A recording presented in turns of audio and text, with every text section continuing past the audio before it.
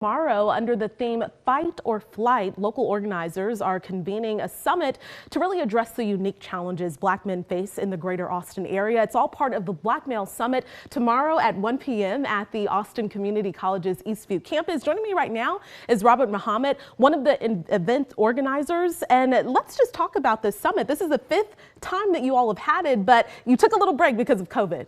Absolutely. This is the first time it was at the University of Texas, then Houston-Tillerson, and then Austin Community College. And then after that, during the pandemic, well, we had it at the Victory Grill, and during the pandemic, we had a virtual one. So this will be the first time since the pandemic. Okay.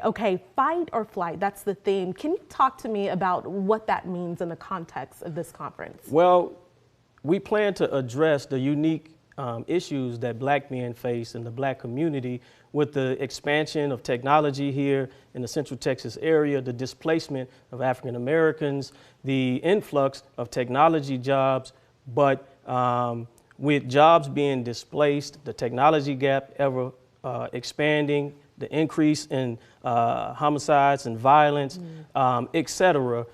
We wanted to talk and have a discussion about the upliftment and the dedication of Black males and what we can do in the Central Texas area to better the community of Black men in particular, which will help to better the condition of Black families, the Black community, and the city itself. Okay, and you talk about displacement. You said you are a native Austinite, not many of those left. Right. And so you've seen the displacement. We know that in Austin, according to research, that there's a dwindling African American population.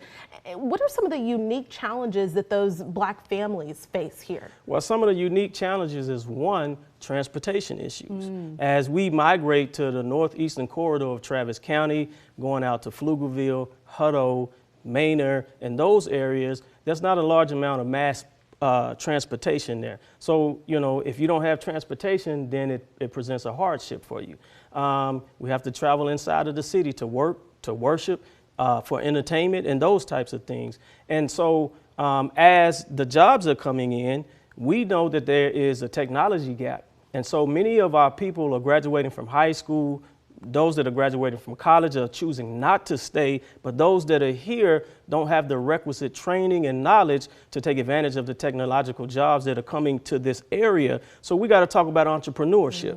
We got to talk about how to take those grand ideas in their minds and begin to produce products and services that will better the financial conditions of their families. Okay, you just led perfectly into my next question about solutions. I think the conversations that you all are having about entrepreneurship and empowerment, manhood, do you feel like those conversations tomorrow will really help lead to solutions that can maybe even inform policy? Absolutely. One in particular, conflict resolution. About 4 or 5 years ago, we took a conflict resolution program to a nearby city in Killeen.